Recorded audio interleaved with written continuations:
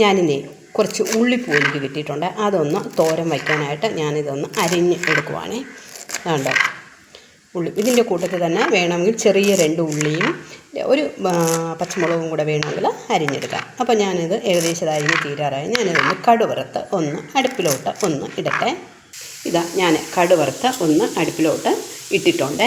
കടുവറക്കാനായിട്ട് വെളിച്ചെണ്ണയും പിന്നെ bay leaf ഉണ്ടെങ്കിൽ അതിടാം, പിന്നെ പട്ടയുണ്ടെങ്കിൽ അതിടാം. ഞാനിപ്പോൾ പട്ടയും ബേ ലീഫുമാണ് ഇട്ടേക്കുന്നത്.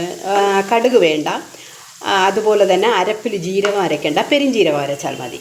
ഓക്കെ, അപ്പോൾ നല്ല ഒരു ടേസ്റ്റ് ആയിരിക്കും, ഒരു പ്രത്യേക ടേസ്റ്റ് ആയിരിക്കും. ഞാനിതാ ഇപ്പോൾ ബേ ലീഫും പട്ടയും കൂടെ ഇട്ട് ഒന്ന് വറ്റൽമുളകും കൂടെ ഇട്ട് ഒന്ന് കടുക് വറുത്ത് ഒന്ന് ഇട്ടിട്ടുണ്ട്. പിന്നെ ഇത് ആവശ്യത്തിന് ഉപ്പും കൂടെ ഇട്ടിട്ടുണ്ട്. ഇനി ഇത് എല്ലാം ഒന്ന് ചുറ്റി ഒന്ന് ഇളക്കിയതിന് ശേഷം നമുക്ക് ഇതൊന്ന് അടച്ചിടാം. അടച്ചിട്ടിട്ട് അതിന് അടുത്ത് ഒരു കൂട്ട് ഉണ്ടാക്കാം. ഓക്കെ,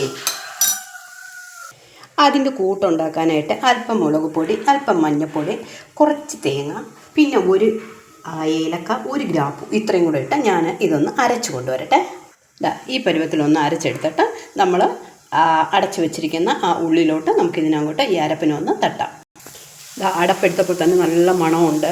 നല്ല ഏലക്കായുടെയും അതുപോലെ തന്നെ ഈ അരപ്പിലും അങ്ങനെ തന്നെ നല്ല മണമുണ്ട്. ഏലക്കായും ഗ്രാമ്പുവും പട്ടയും ബേ ലീഫും എല്ലാം കൂടി ഇട്ട് നല്ല ഒരു ചിക്കൻ്റെ അതേ ഒരു മണം വരുന്നുണ്ട്.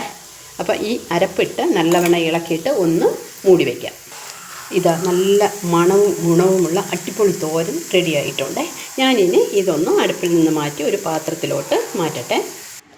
ഇതുകൊണ്ട് നല്ല അടിപൊളി ഒരു തോരൻ റെഡി ആയിട്ടുണ്ട്. നല്ല മണവും നല്ല മണമുള്ള ഒരു തോരനാണ് ഇത്. നിങ്ങൾ കടുവറക്കുമ്പോൾ ഇത് ശ്രദ്ധിക്കുക. കടുകിന് പകരമായിട്ട് ഈ പട്ടയും പെരിഞ്ജീരകവും ബേ ലീഫ് ഉണ്ടെങ്കിൽ അതും കൂടെ ഇട്ടിട്ട് നിങ്ങളൊന്ന് കടുക് വറുത്ത് ഇങ്ങനൊരു ഉള്ളിത്തോരനൊന്ന് വെച്ച് നോക്കണം. അടിപൊളി ടേസ്റ്റ് ആയിരിക്കും. Okay, by.